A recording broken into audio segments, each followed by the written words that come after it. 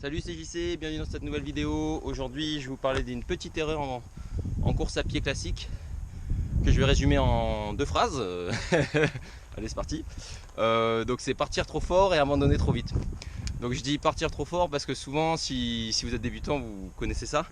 Vous partez comme des malades, vous entraînez hyper fort pendant une semaine, 2 semaines et puis vous laissez tomber. Donc ça c'est hyper classique, hein, je l'ai vu plein de fois. Je l'ai même vu plus ou moins chez moi, hein. Il y a plein de fois où je commence un entraînement puis je laisse tomber. Voilà, donc ce qu'il faut faire en fait pour s'en sortir, bon, la chose que je fais moi, c'est qu'en fait quand je reprends un peu les entraînements, je me mets pas trop la pression, quoi. Je me mets d'ailleurs, si j'ai un plan d'entraînement particulier, je vais anticiper avant ce plan d'entraînement, je vais avoir une période de préchauffe, donc je vous conseille ça en fait. Comptez juste sur la régularité, par exemple vous courez 3 fois par semaine mais pas trop.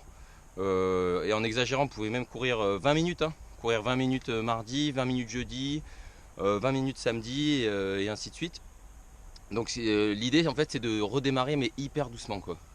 Ce qui va permettre au corps en fait de se réhabituer et de reprendre l'habitude surtout d'être régulier. Et pour maintenir ça en fait, pour pas, donc ça c'est démarrer doucement et pas abandonner, et pour pas abandonner trop vite, en fait ce qui est bon aussi c'est de se mettre une petite compétition. Vous mettez une petite compétition dans 2-3 mois. Bon, je sais que quelquefois avec les pandémies qui nous arrivent, c'est un peu compliqué. Mais vous mettez une petite compétition dans 2 ou 3 mois, puis une autre, un peu plus haut. Comme ça, dans votre tête, inconsciemment, vous savez que vous devez progresser. Ce qui va vous motiver à continuer à vous entraîner. Et surtout, ne vous surentraînez pas.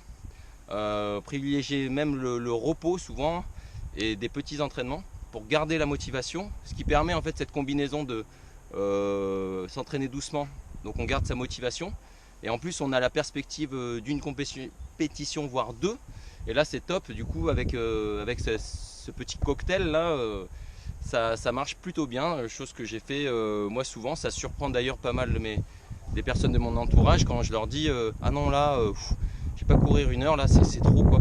Alors que je suis un ultra qu'il y a 2 semaines je me suis envoyé 170 bornes, et donc ils comprennent pas, mais c'est que j'ai vraiment le besoin en fait de reprendre en fait depuis le début, puisque quand on s'entraîne très fort on perd un peu la motivation, et donc pour retitiller cette motivation, si vous voulez, je m'entraîne très doucement, mais le but c'est de rechoper cette régularité et je m'inscris à une autre course qui est assez loin pour me garder ce cap.